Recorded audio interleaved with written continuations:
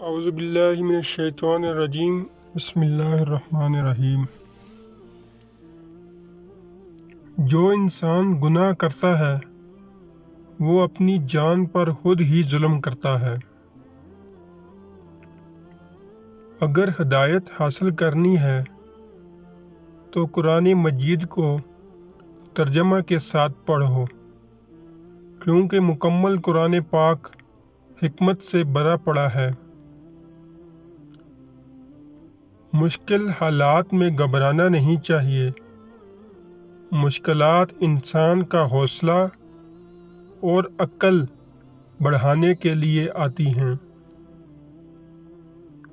قرآن پاک میں اللہ تعالیٰ فرماتے ہیں،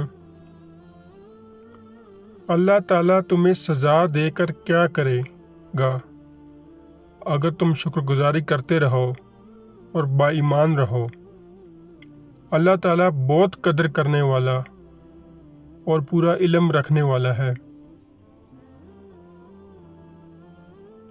اگر ہم کامیاب ہونا چاہتے ہیں تو اپنے دشمن کو جاننا پڑے گا، اور دشمن یعنی کہ نفس ہمارے اندر موجود ہے، جو کہ انتہائی ہوشیار اور خطرناک ہے۔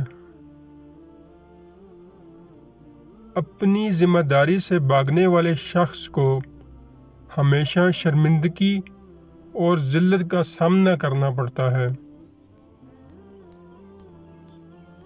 قرآن پاک میں اللہ تعالیٰ فرماتے ہیں کہ تجھے جو بھلائی ملتی ہے وہ اللہ تعالیٰ کی طرف سے ہے، اور جو برائی پہنچتی ہے وہ تیرے اپنے نفس کی طرف سے ہے۔